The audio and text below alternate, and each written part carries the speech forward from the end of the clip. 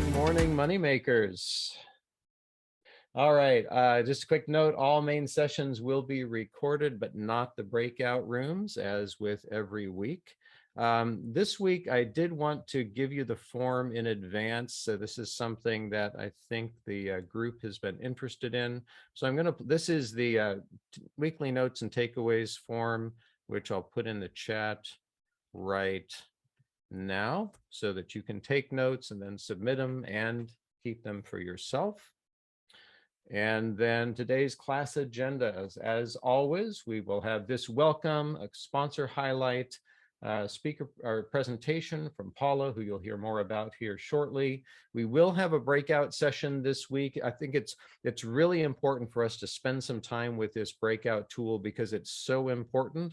So unlike previous weeks, I'm going to be the bad guy and not give you the option to opt out of a breakout this week. We're doing breakouts. I think you're going to really appreciate it. And then we will have additional Q&A in between before the breakout. We'll have some Q&A immediately after Paula's presentation as well. Have to acknowledge our funders. We couldn't do this without those who make it possible. The Economic Development Administration gave us a major grant to run these programs. In addition, we are funded by the cities and regions that invite us in. As an organization, we only go where we are invited. And that includes the cities that we serve, 4 counties, government agencies, and nonprofits. And we have also received a very generous sponsorship from Oregon Pacific Bank. I have not yet checked. John, are you here today? Yep, I'm here.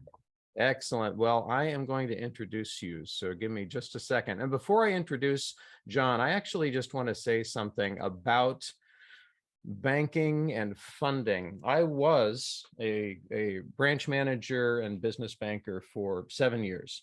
And so I can say from my experience that it's not uncommon for business owners to go to the bank, and if the bank doesn't give them the answer that they're looking for, then they think of all the things that the bank's talking about as roadblocks to getting funding. Things like the 5 C's of credit, cash flow, collateral, your credit history, those types of things. And I'd like you as business owners to consider reframing what the bank is telling you. Banks want to lend money, they do, but they have to be careful. And all of those considerations that the bank may talk about, those are indicators of a healthy business.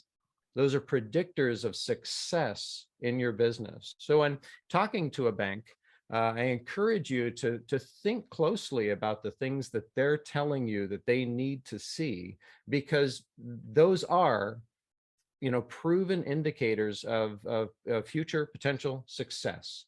So I want us to be nice to our bankers. So with that in mind, John Raleigh has been in commercial banking since 1992. He worked in Eugene for the majority of his career. He joined Oregon Pacific Bank in 2018 as its chief lending officer and currently resides in Florence. John and his wife, Sarah, are also small business owners as they own a small boutique bed and breakfast on Bay Street in Florence. And John, the stage is yours. All right, thank you very much. Like Robert said, I've been in commercial banking since '92. I have dealt with all sorts of businesses and industries over the years. Understand pitfalls, understand, how you get financing, how banks can help you. Bank is a 4-letter word, but we try not to treat it as one. So what I was going to talk about today is just kind of concentration risk on a very high level and how it affects your margins, because you guys are talking about pricing and margins today. Concentration risk can impact a business on both sides of your margin. Your margin is made up of your revenue less your cost of goods sold. That's your margin. Revenue is driven by who you sell your product to. So what's concentration risk from a sales standpoint? That could be concentration risk of any one customer.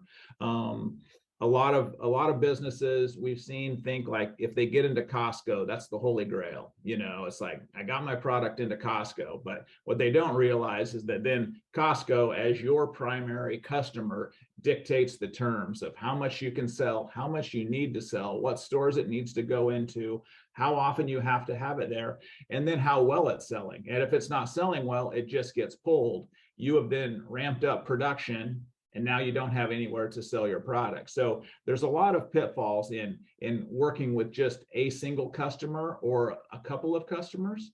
And so what I always tell clients is, as you have a product, build it to diversify to a wide variety of clients, or have a product that is so valuable that they can't go anywhere else. And so then you're confident with that.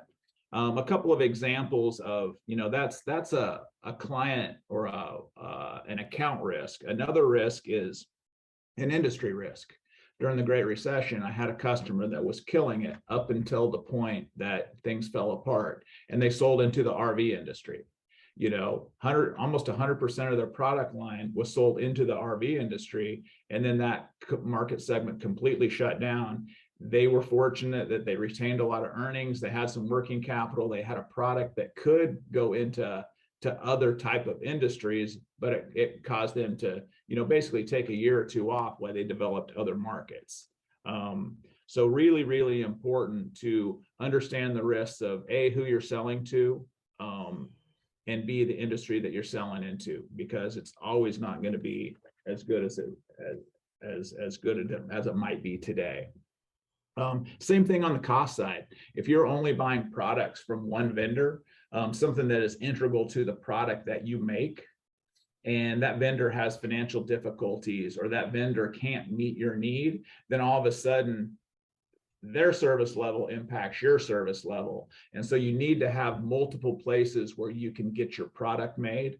And so it's really important, even if you have a really good relationship with a vendor, to always look for other options in case that vendor were to go out of business, because you don't know necessarily what's going on in their business, as far as their financial capacity and things like that. You just know that they make part of your product that is integral to you.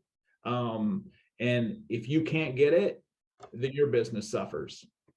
And so kind of in summary, I would say, diversify your customer base as best you can, and then diversify your vendor base the best you can. Hold your vendors honest for pricing, but build relationships so they want to be with you long term as well. And that just kind of allows you to weather the storms.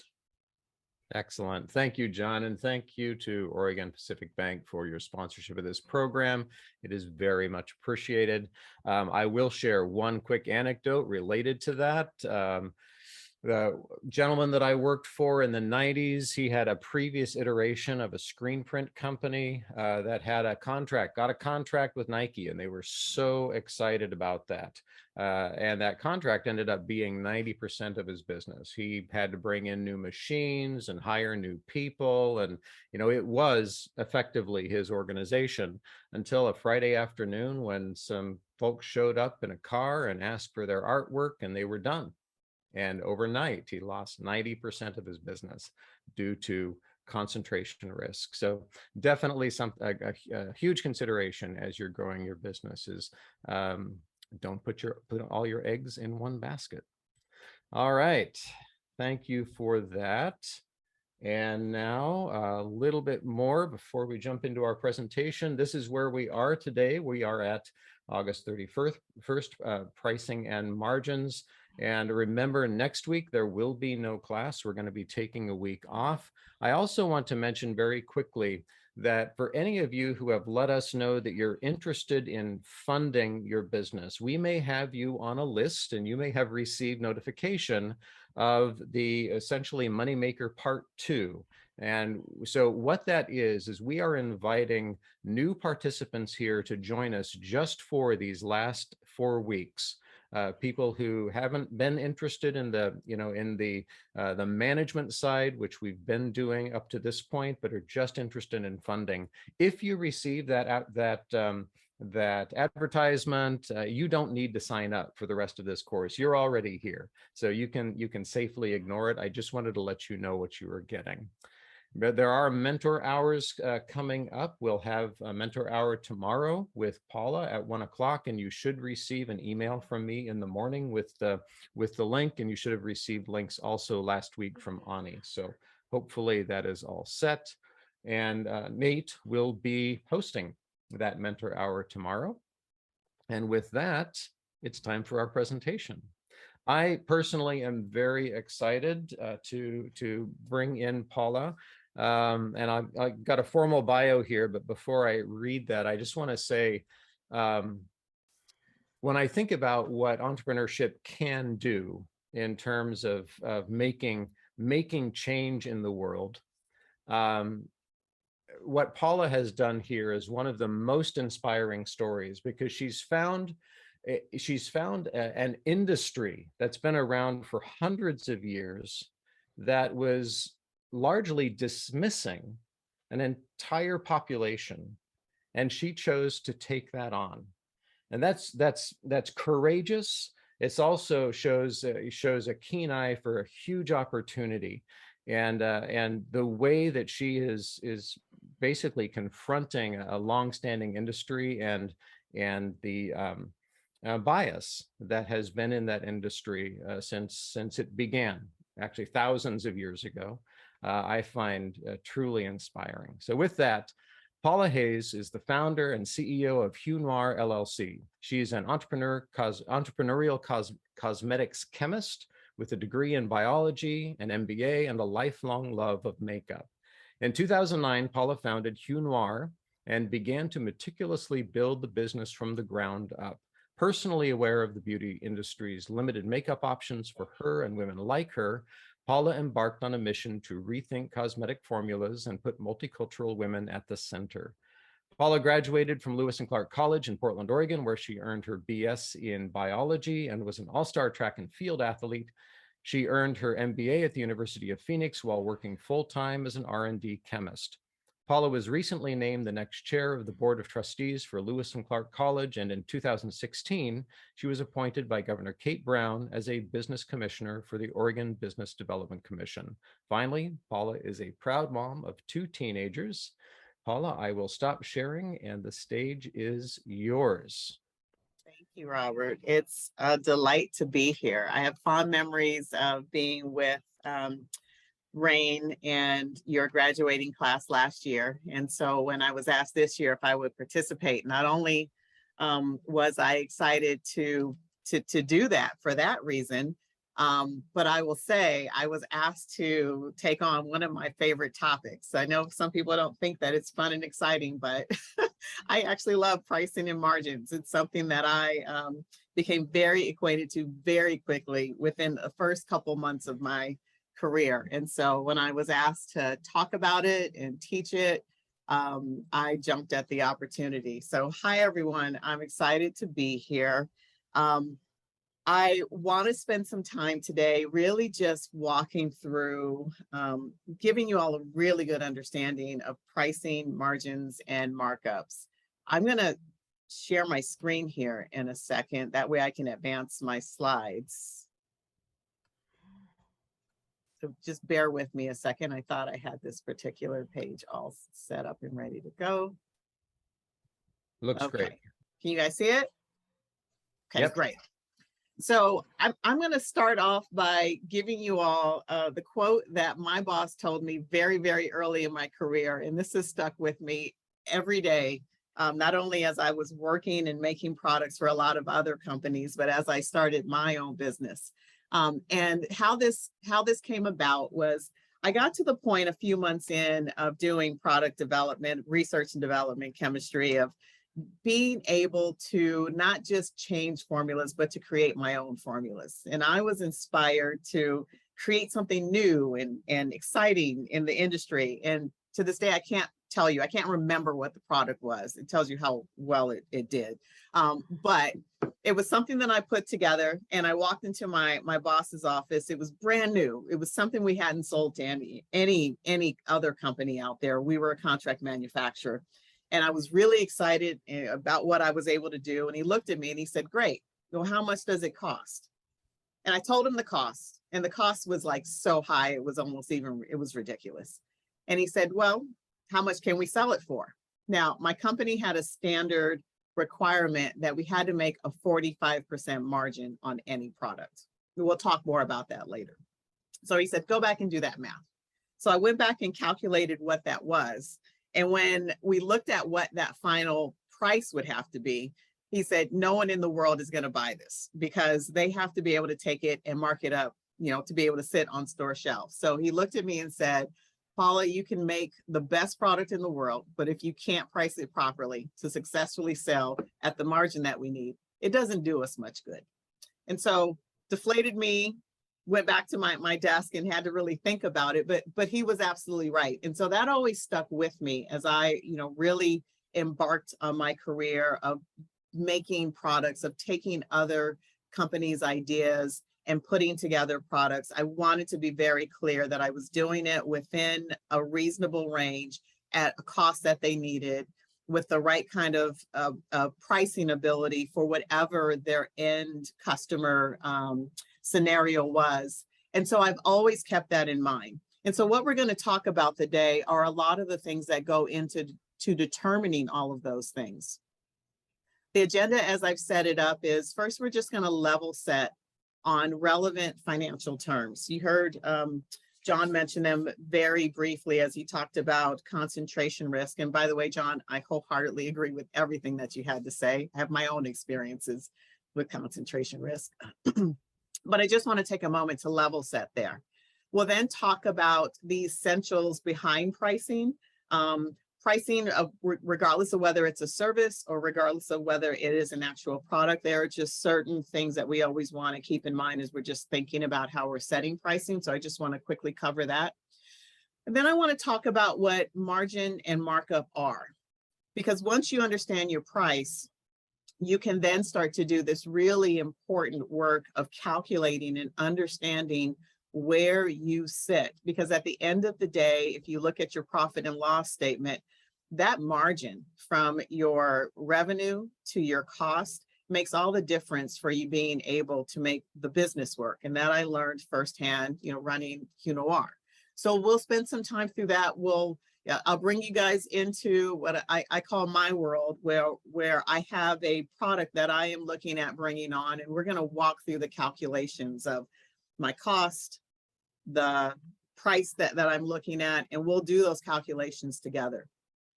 Once we've talked about that, I think that's a good place to then talk about common pricing strategies. Now, why would I do this after we talk about margins and markups?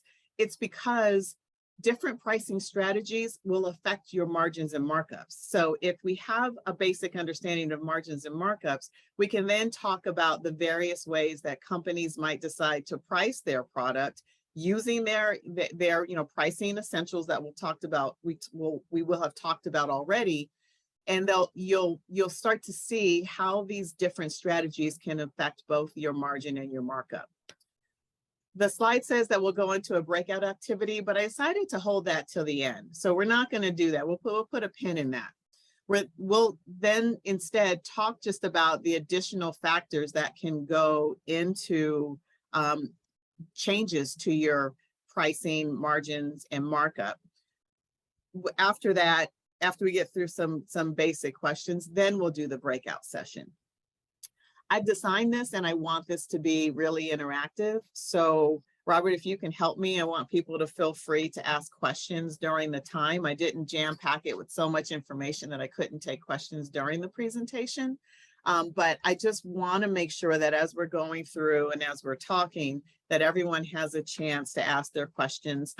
My goal and my intention and hope is that by the time we go through this, regardless of any pricing scenario you're looking at or a vendor relationship that you're trying to build, that we'll have a chance to just gain some really solid understanding in this area.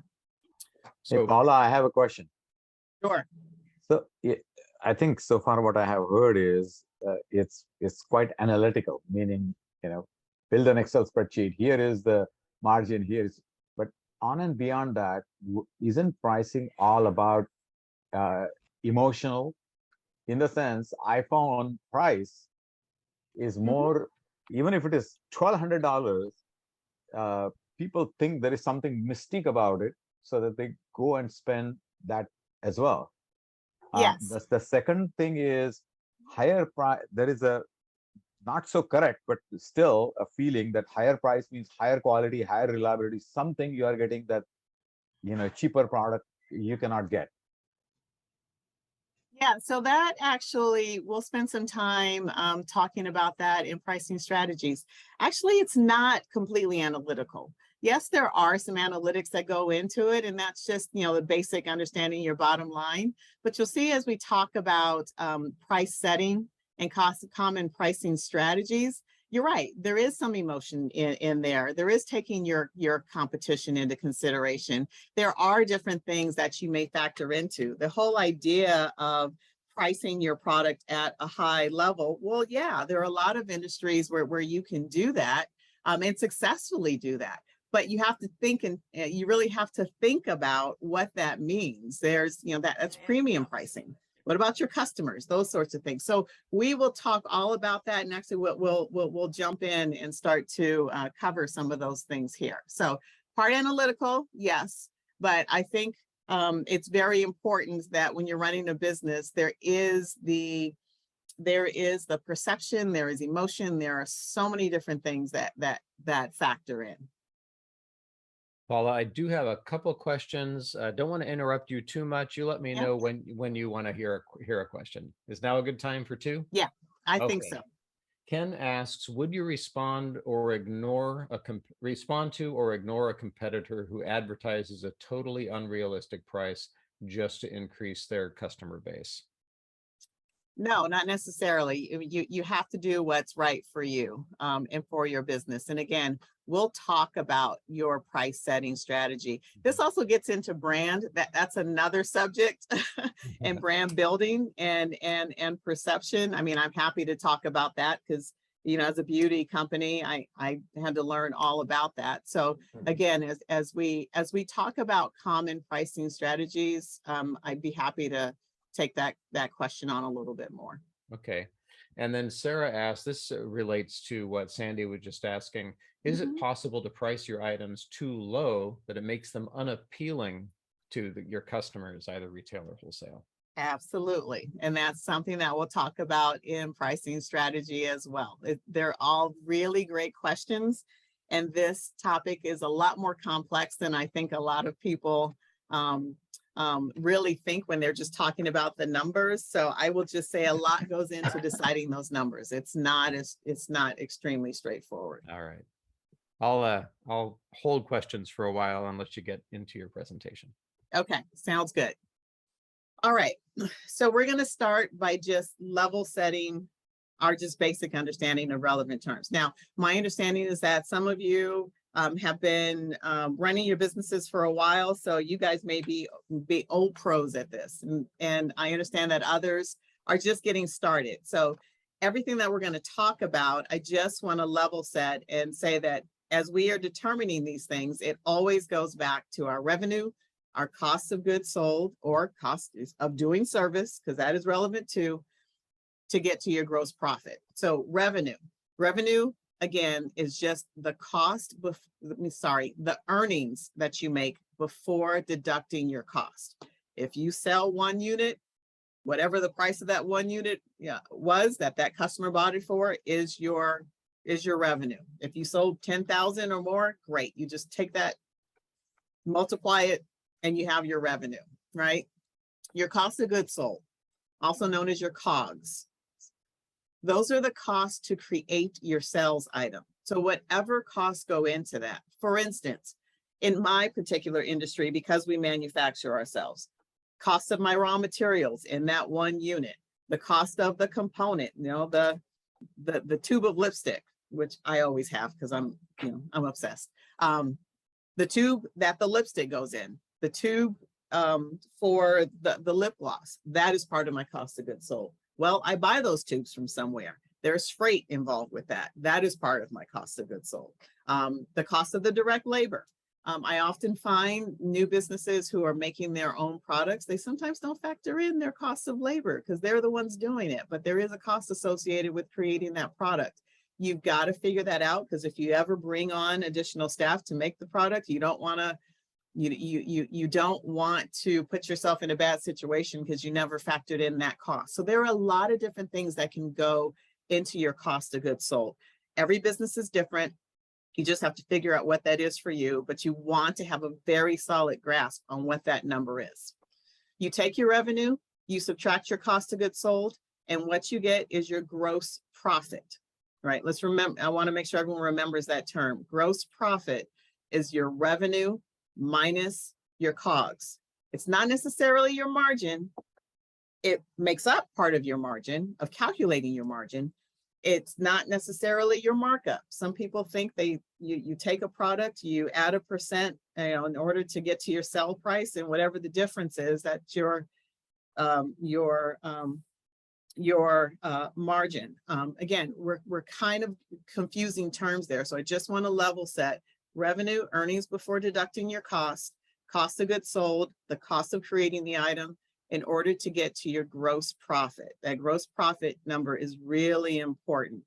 Revenue minus your cost of goods sold. Once you understand your cost of goods sold, this is where you start to really take all the things that we just briefly mentioned that go into your price setting. There are a couple of basic things that you always want to take into consideration when you're thinking about your pricing. Yes, I know some people come in and they have an idea of setting themselves up as a premium product, and that's how they're going to distinguish themselves. All that is great, but it's great if it works within your customer demographic. You really have to understand your customers and their demographic data. That's everything from who they are, where they live, their occupation, their income, what their needs are, what they pay for similar products. You want to always level set that, because you never want to have a mismatch between how you're pricing your products and who your products are intended for. A case in point, I'll give you a real example from Hue Noir. I set up my product to have a luxury fill, and all of our products are proprietary. When I look at our customer base and I look at the income level of our customers, and I look at what they pay for similar products, it was really important for me to position the products so that they still felt and had a bit of that luxury premium feel, but they were priced in a way that the customers that I am intending them for are able to access. So I don't go way too high. So I'm not going to sell my products for the same price of a Chanel or a Tom Ford, but I'll tell you, my ingredients could stand up to that. But really, that's kind of part of that brand building, and it's part of really going after my target market. And my market is very specific. So I had to take that into consideration with setting my prices. The second thing you want to do, of course, is you do want to research the competition and pricing of similar products. Now, some people are in scenarios where their product may be something that is a first to market or brand new. Well, that's a totally different scenario. But you always want to think about, if someone wasn't buying your product, what would be the alternative that they would turn to? And you want to make sure that you're just clear about that for whatever that is as you're looking to set your price.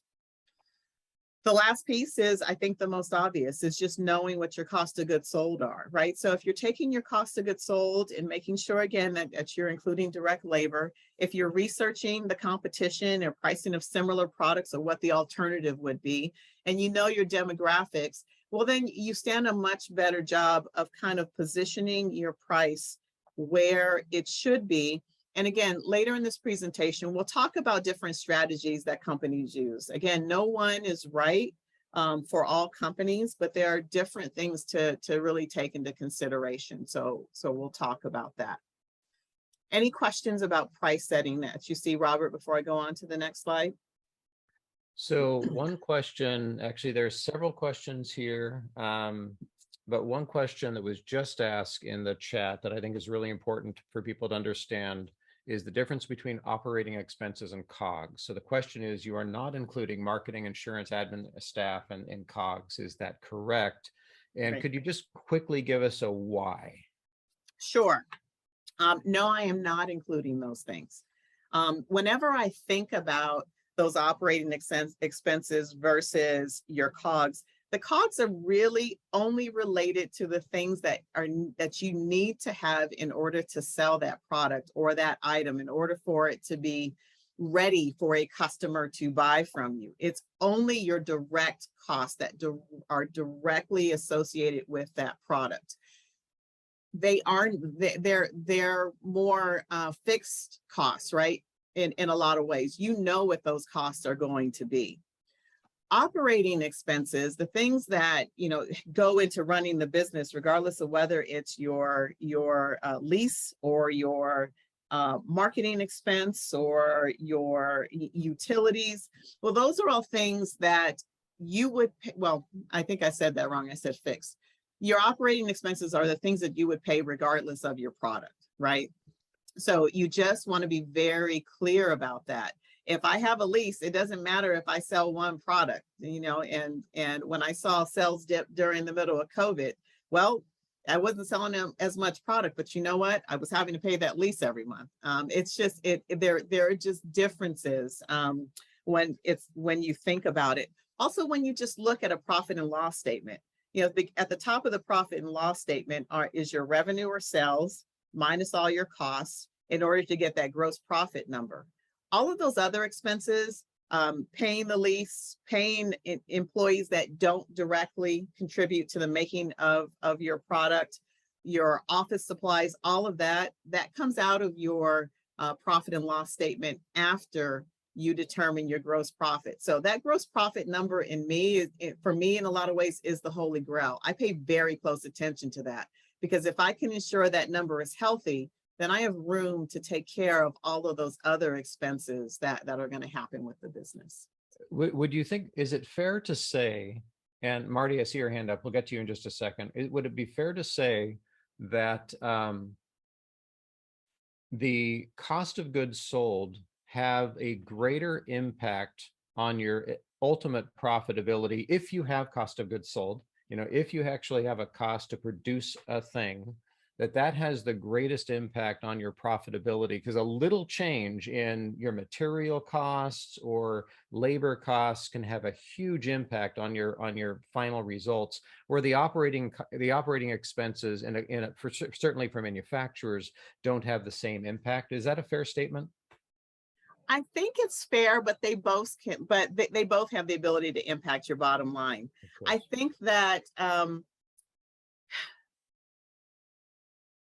when we get to the breakout session, one of the scenarios I give is looking at your cost of goods sold increasing and what that does to your overall, not only gross profit, but I always think that the lower that gross profit number is, the less you have to work with to take care of all the other things that you need to manage the business. So what things do you end up making deductions from? What things do you pull back on in order to make sure that you're operating in a healthy way? So, I mean, they both have effects, and you can balance a budget using, you know, some cost saving scenarios, but boy, it makes it so much easier if the top of that P&L is set up properly. Yeah, excellent. Thank you. Marty, you've had your hand up for a while.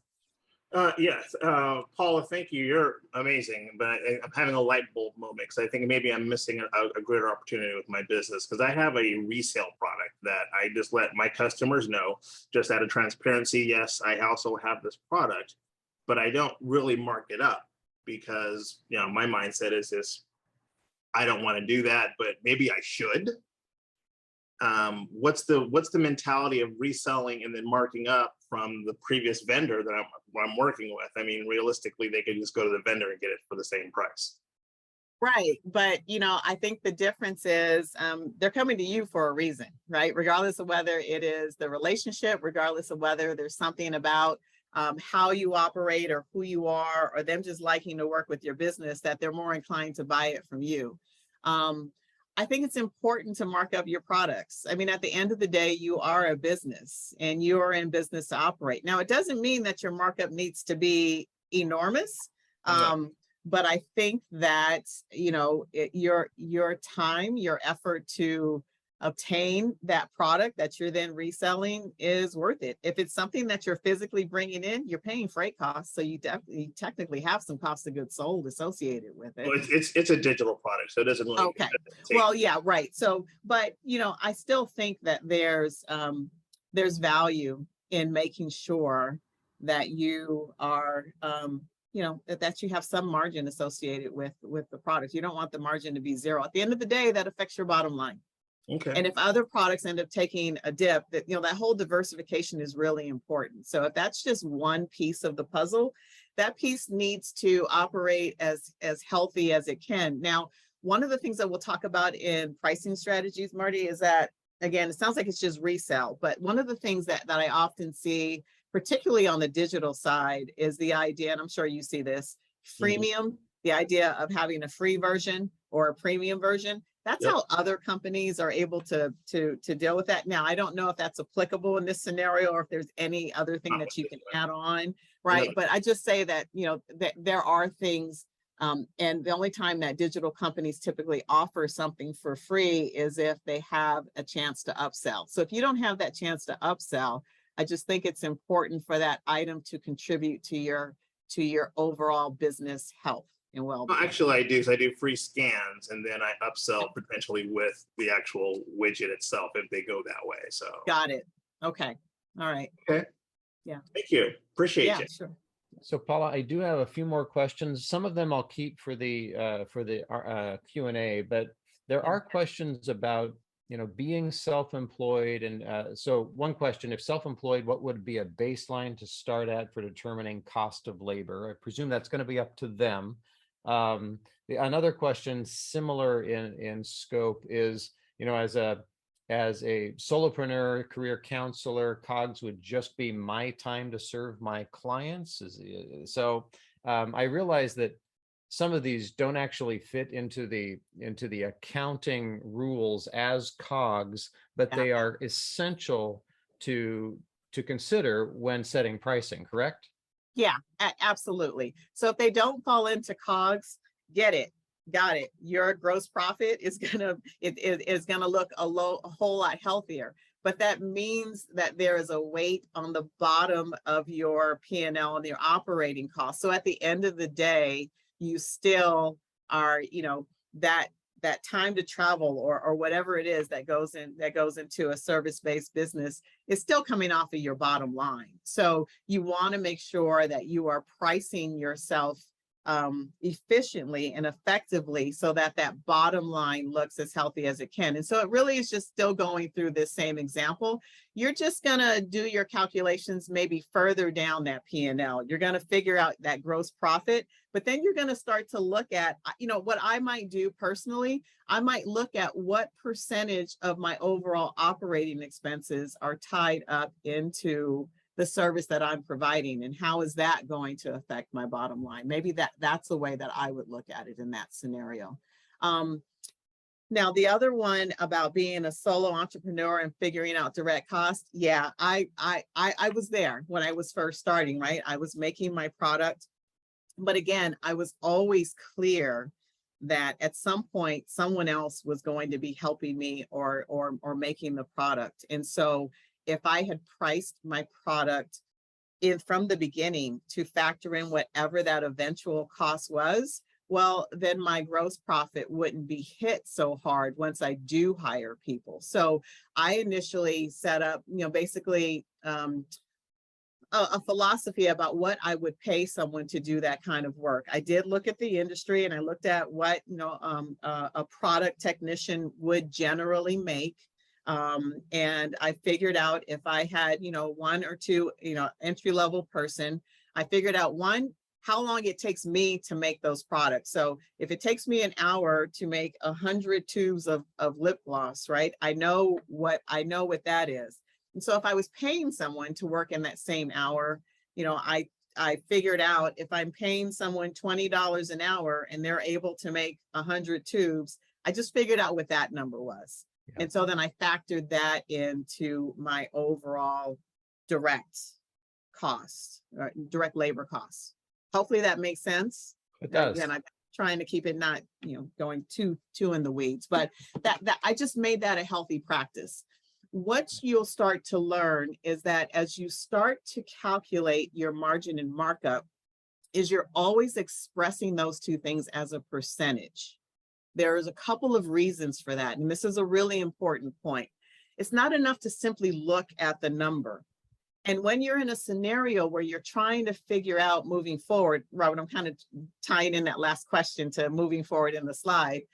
When you're trying to figure out where your products need to be in margin and markup, you may have more than one product, and they may not all be priced at the same price, and they're not all going to cost the same amount typically. So if you learn to express your margin and your markup as a percentage, it's easier to compare product to product. If this product for me has a margin of 75%, that's great. But it costs me, a lot more to make, and I'm able to sell it at a little higher price given the competition. But I may have this other entry product. In my scenario, it's a lip balm. I don't sell it for very much, so my price isn't very high. But guess what? My margin, I work very hard to keep it the same or very close across the board, so I don't have too many swings. So in that scenario where you're trying to figure out your pricing as a solo entrepreneur and you're factoring in your labor, I think still comparing it and doing the calculation to figure out whatever that percent margin is will put you in much better shape once you hire someone and you're bringing someone in to make the products, that your margin doesn't end up dropping so low percentage wise because you didn't factor in labor from the very beginning. So again, we can talk more about that, but that's part of the reason why I always go ahead and factor in whatever that direct labor is before I calculate. Perfect. All right. I'll just make one more comment. I actually received a chat from Wendy Ludwig, who's a fantastic mentor that's participating here. She says a sole proper LLC usually doesn't record payments to the owner as COGS or as an expense at all. They don't actually show up on the P&L, but that doesn't mean the owner shouldn't consider the value of their own time into their pricing. I would make the case that our financial statements, they serve a purpose and they need to fit a particular model in order to be intelligible by a bookkeeper, by an accountant. And you should never let that get in the way of understanding how the numbers are actually working in your business. So if there are costs associated with delivering your product or service, even if they're not showing up at the top of the P&L under COGS, you still need to do those calculations on the side to figure out how to price your product or service correctly. Spot on. Thank you. All right. So let's talk about margin and markup, what they are and how they're different, but how important each of them are. So remember I talked about revenue minus COGS equals your gross profit. Well, you're going to use that gross profit number to calculate both your margin and markup. So first, let's work on margin. Margin, simply, if you want to think about a definition, it's your revenue that you earn after you pay your cost, right? And remember, I mentioned that the easiest way to look at it is to express it as a percent. So the margin formula doesn't change. It's always your revenue minus your cost. In other words, your gross profit. You take that number and you divide it by your revenue. When you do that, you're going to get a number that looks really small.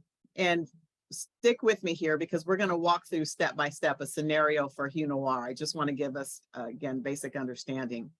But you're going to take that number and you're going to multiply it by 100, and it's going to give you your percentage, right? So it's really your gross profit divided by your revenue multiplied by 100. Again, your revenue earned after paying your COGS. Markup is different, right? Markup is how much your selling price is over your COGS. Now, It's great if you can also standardize your markup. You may not always be able to do that, but understanding how much more percentage-wise your price is over your cost of goods sold is still a really important indicator.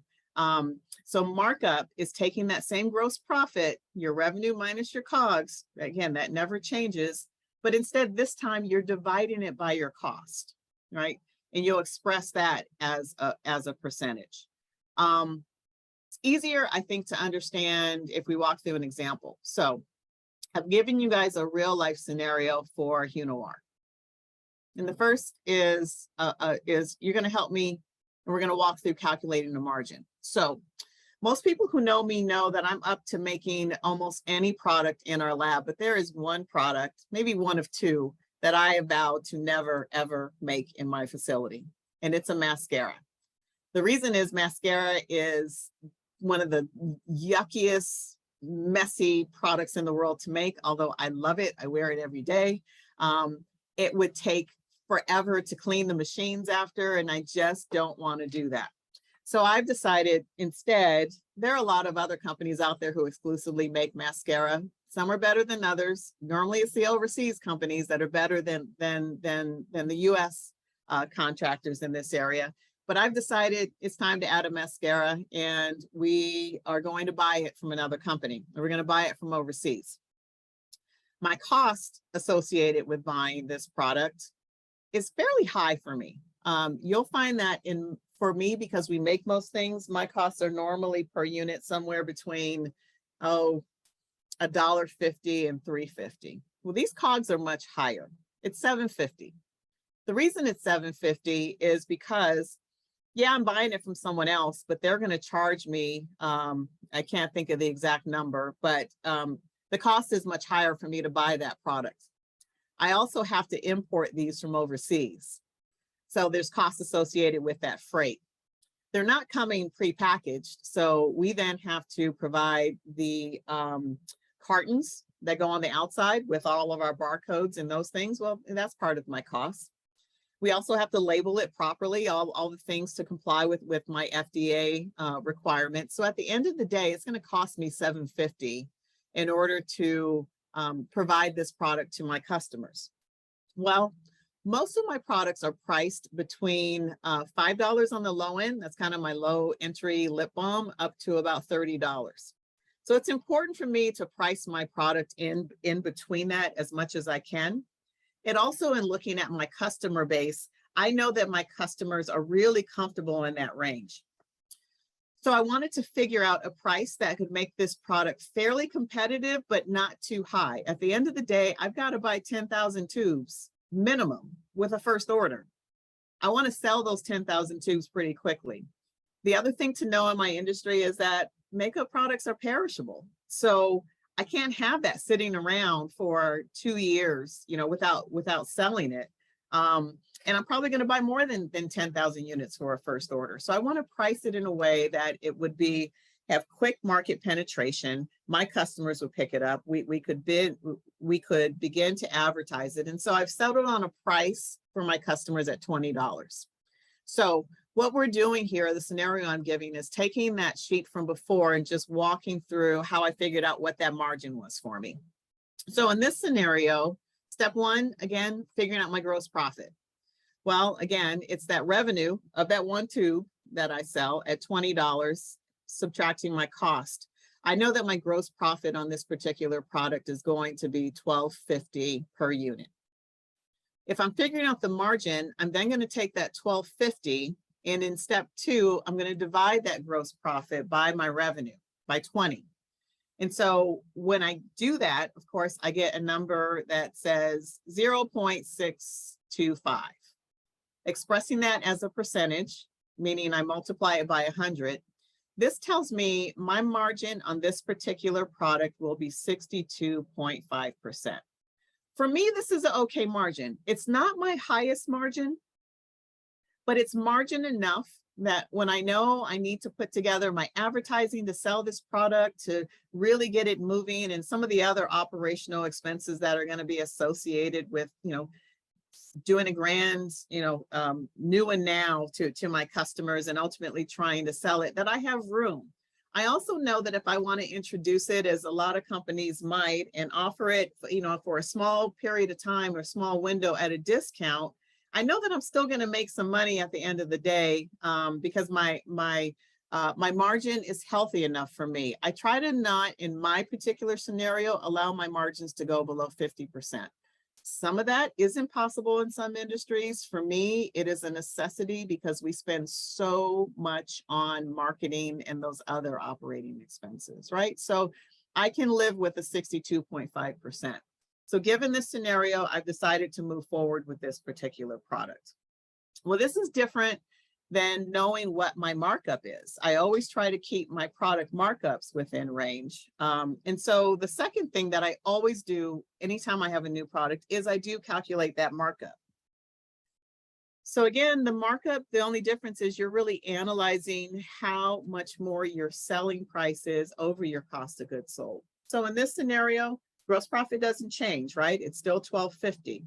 But instead of dividing that $1,250 gross profit by my revenue, that was margin. In markup, it's dividing it by my cost. So I take the $1,250, I divide it by what it cost me for that product, $750. That number is expressed as, that number is not even expressed as, is 1.667. Expressing that as a percentage, I know that my markup is 166.7% above my COGS. Again, not always possible given all industries, but the other thing that I will tell you as it relates to markup, and this was one of, I think, the first questions that I got, is it's very important that I not underprice my products.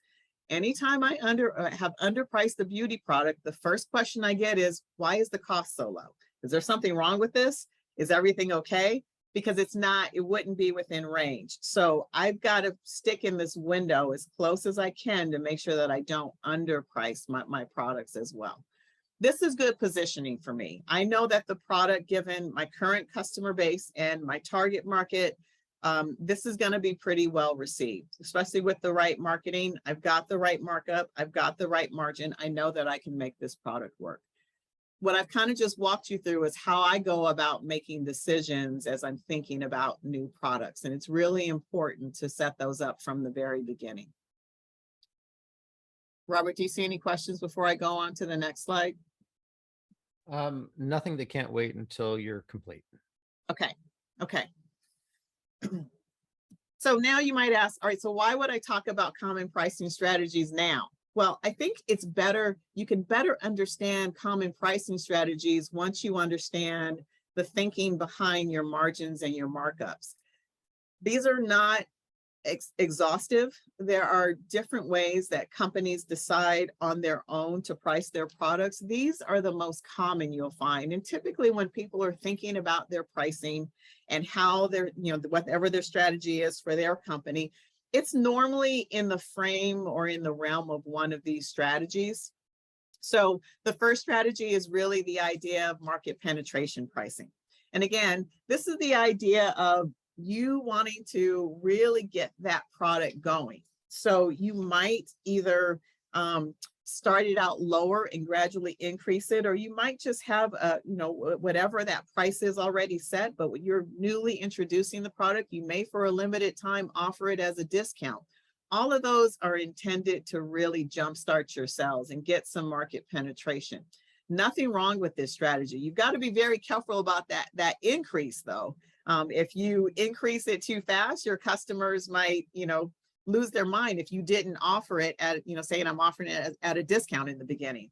You also just want to be very careful because your customers, if you take too long to increase that pricing, they may get used to the price as it was before and feel like you're gouging them because you can, because you've then decided to increase your price later. So the timing of this one is actually really important.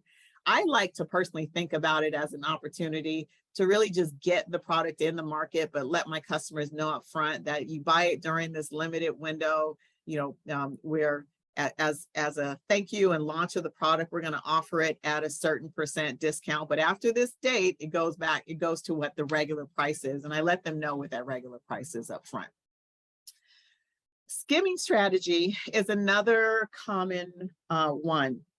And it's something that you find that trends with either in demand or it's sometimes used when you have a product that maybe is new to the market, or there aren't a lot of products out there like it, and you can capture the market pretty quickly. So you don't necessarily have to work about that price penetration in a crowded market, but you're starting your price off higher, and then you're gradually lowering it. I think we all can relate to TVs, right? When a new technology comes out, those TVs are normally fairly expensive, but as the years wear on, second year, third year, as other technologies start to emerge, the cost of that, LED isn't very much right now compared to what it was 5 years ago. So it's the idea of capturing the market when you can, starting off higher and gradually lowering your prices. Premium pricing is something that I think a lot of people think about. It's very attractive and it's sexy, but it doesn't always work for every industry. It's the idea to really set your price high and position it at luxury. Now, of course, I see this all the time. In the beauty industry, you see this across the board. Everyone wants their product to be deemed luxury. Everyone wants to position it that way. Well, branding plays a huge role in this particular scenario. You've got to have it priced so that your customer not only thinks that it's luxury, but in my case, the way it looks, the way it feels, the benefits, all those things go into play. I mentioned to you that I'm very careful in this area, that my prices are not going to be what you find at a mass drugstore, but even in my pricing, I call it affordable or approachable luxury. I've got to set it at a price point where my customers are going to be willing to buy it at that price. So you aren't going to find me at the top of the range. So there is even a little strategy in trying to position your product as premium. Premium scenario, typically think about it, you may not sell as much, but you're selling it for more. And so that, there's a trade-off a little bit in both your margin, but your markup is normally tremendously high. Economy pricing, there are times where you're really you have a great product and maybe you're going after value shoppers, or you're going after retailers who make it a value for their customers. And so you're going to come in and you're going to set your price low. There are plenty of companies who do this. In the beauty industry, it's called the mass category, mass market. Think of going into a CVS or a Fred Meyer or somewhere like that. It's different than buying at a Sephora. You may sell a whole lot more units, which is great. One, you got to be able to keep up with that volume, which often is hard for a small company. Two, your margin is going to be much, much, much lower. And your markup is going to be much lower. So it's just really understanding that if that's your position, it's your position. That's great. You've just got to be able to keep up with market demand and your supply chain. You will be stretched otherwise in that particular scenario. Another common one, and again, I kind of mentioned this in answering Marty's question, you see this more on the digital side, and I think we've all experienced it. If you are downloading an app and it says it's free, it may be free for a while, but anytime you want to use any advanced features, then you typically have to buy in. So they may have a free version that creates interest and gets people, to use the product, but you may also have a premium version of whatever that product is. And so that is quite common. Again, no one of these is right. A lot of this depends on your own individual business strategy and approach and your customers and what your product is. Sometimes you may mix and match a little bit. I may come out with a brand new beauty product that, I try to be as innovative as possible that isn't currently in the industry. I might not do market penetration with that one. I may go straight to premium pricing, trying to keep it within a range that I know my customer base will accept, but I may just go premium and then I'll spend the difference in the marketing. So it'll come out differently. It might not, might make a margin that's much higher, but I may also have to market it more. So they're just different strategies to take in mind, to keep in mind as you are pricing your products. And every one of these will affect your margin and your markup differently. Robert, I'm ready to go on to the next slide, and I think I'm going to talk about additional factors. So before I do that, are there any questions related to pricing or anything else that we should answer? Excellent. So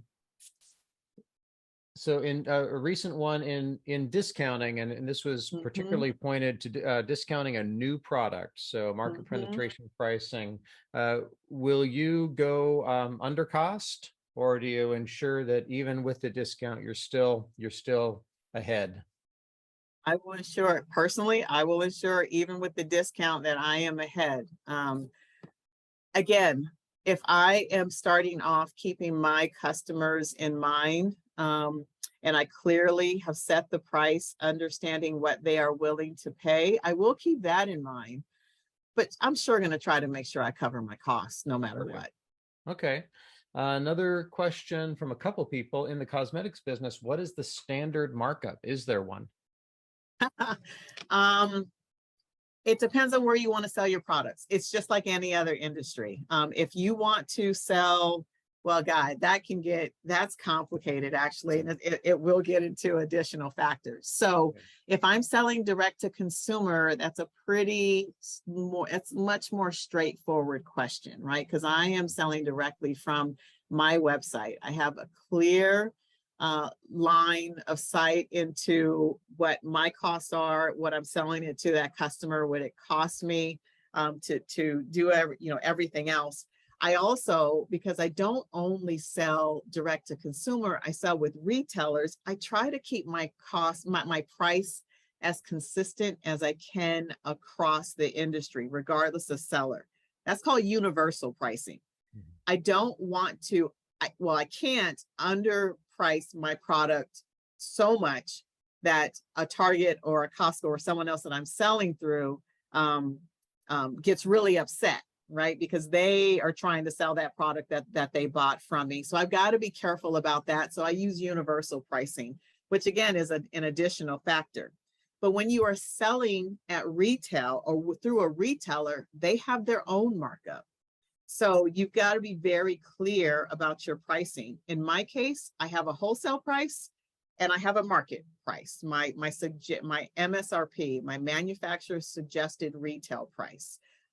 I keep that manufacturer suggested retail price as consistent as I can, regardless of who's buying it from me. Now, that's one of the additional factors, because depending on the retailer, if they're going to sell my product at my manufacturer suggested retail price, they have a markup that they are required to mark that product up to sell it so that they can ensure they make money. A lot of those markups from retailers are going up rather significantly. Case in point, if I had sold a product, and I did a few years ago, into Target, they bought it from me at what they call a 50% markup. That was my standard markup that I set up. My wholesale price is 50% of my retail price. I was just talking to a young entrepreneur who has just landed a deal with Target, and she got her product into the same area of the store, beauty section. But the markup was something, I won't give you an exact number, but let's say it was more like 65%.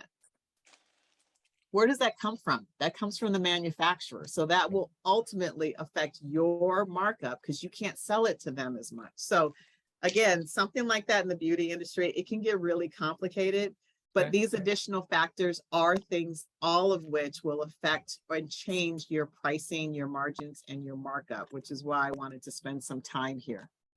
Perfect. And I do have a time check here, say, 5 to 7 minutes before I want to get into the breakouts. There are a couple other questions, but Angela, I want you to ask yours first.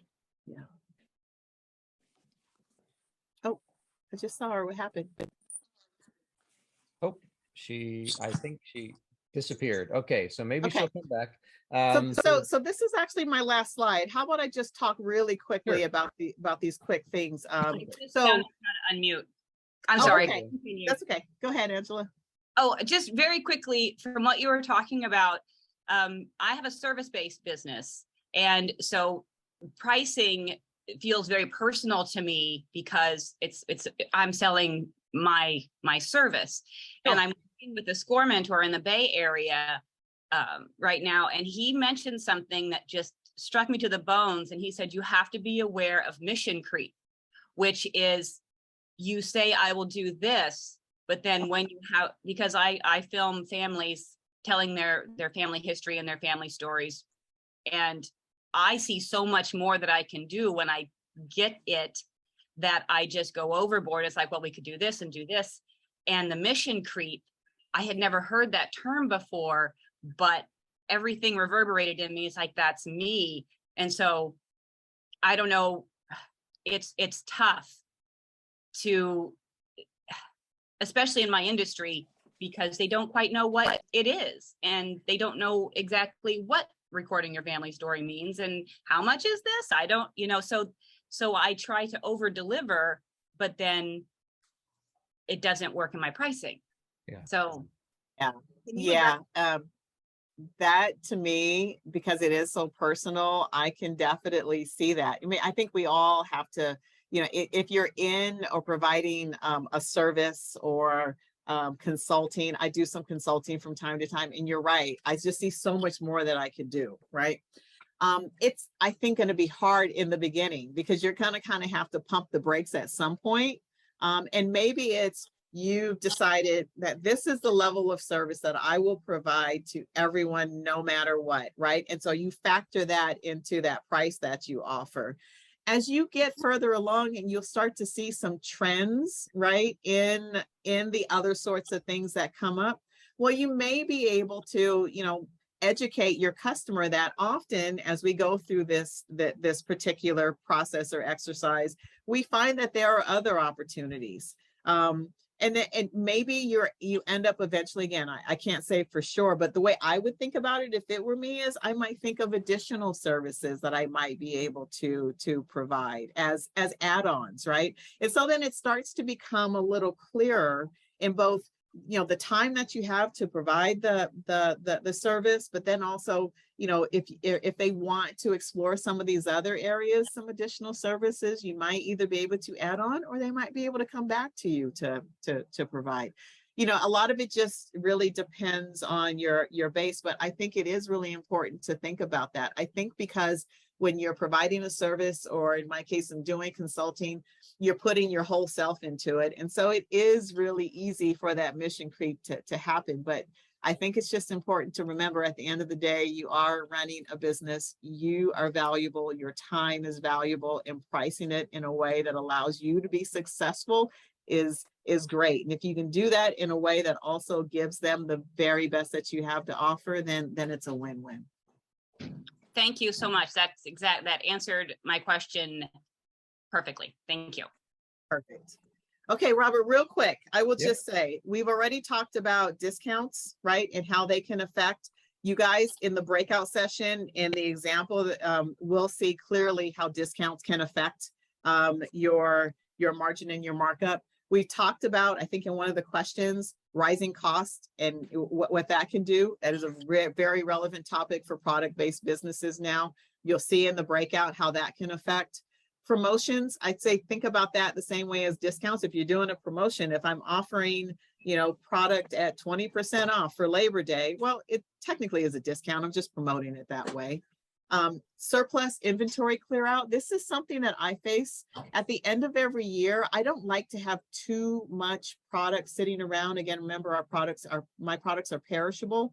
So my customers gotten used to me doing an annual inventory clear out. I do it at 50%. It's great because it's just, it's a splurge at the end of the year. My customers have grown accustomed to it.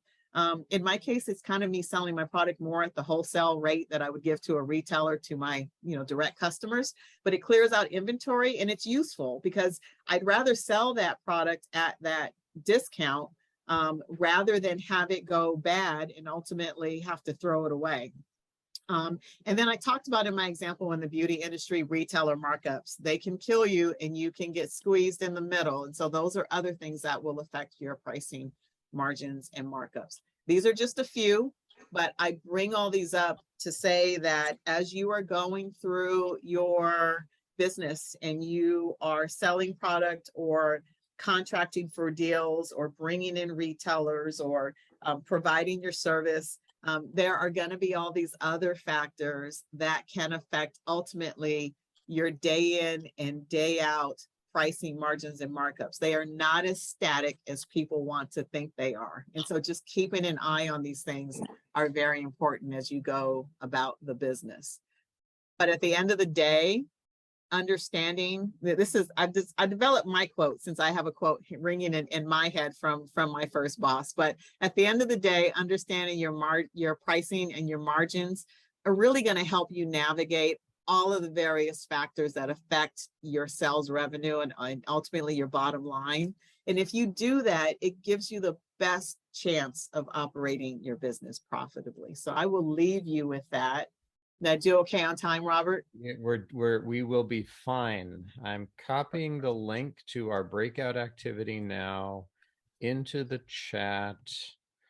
So everybody will have access to the document. And then I'll actually, I'm going to go ahead and share my screen. Yeah, I just turned So mine off. we can take a look at that very quickly. This is gonna be a sprint because certainly didn't want to cut Paula off short at all. It's been such fabulous information. So we're gonna go for maybe 10 minutes. So breakout's gonna be a little bit short. What you're gonna do as a group, this is actually a group activity. So most of our breakout activities have been sort of individual and you've asked questions. This is gonna be a group activity where as a group, you're gonna have to do this quickly, decide what is your product. So you're going to decide on a product and then what is your agreed COGS for that product. And I would recommend you think of a manufacturing product to keep this simple. And then how are you going to, what a pricing strategy are you going to use? There are the 4 different pricing strategies listed here, and that will result in a gross profit. So you maybe take the first 4 minutes to do that. And then if you could get through at least one of these scenarios where you sell 10,000 units, and then you can do, somebody's going to need a calculator, you can identify your revenue, COGS, gross profit, and then margin and markup. So do your best at that to get, just to give you some practice doing this work. And then I'm sure questions will come up that you can bring to the mentor hour tomorrow if you can join. And we'll also have maybe 2 minutes for a couple questions right before we end today. So with that, we'll go ahead and pull up the breakout rooms. Any questions, logistical questions before we launch the breakout? Excellent. So I'm going to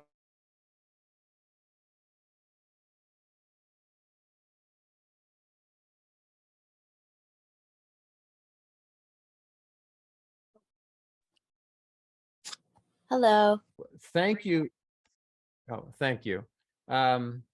So we've only got 3 minutes here left, Paula. I think hopefully you all found value in that. Spend some time with that document yourself. Remember, in order to get your own copy of it, you need to go to File, make a copy, and then you'll have your own copy there.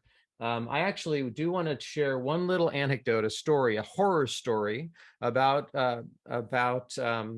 same boss from my previous story, who decided in his industry there was a standard markup. No, excuse me, a standard margin is the number that he came across.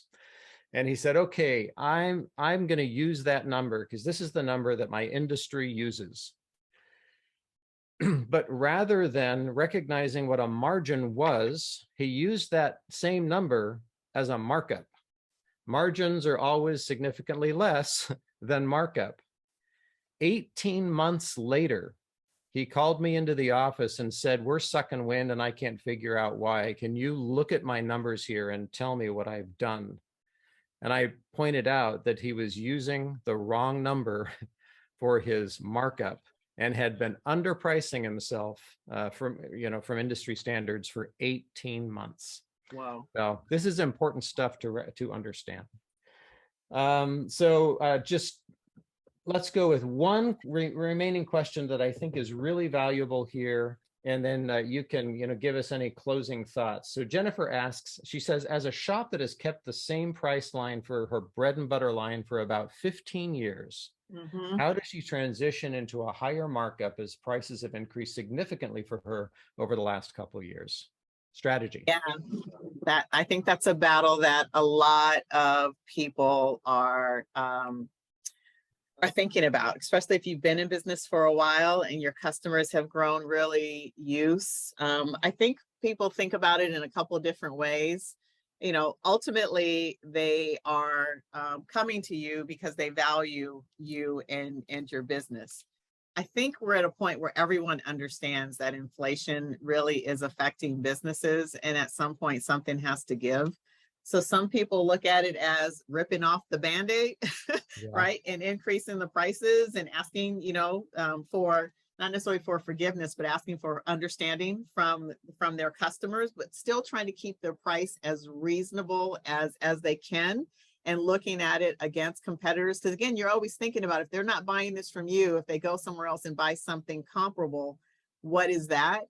So that's one way of dealing with it. The other way, and I don't know, I can't say that I do this, so I don't know how well it works in practice, but a lot of times I'll look at financial models that look at increasing the prices quarterly.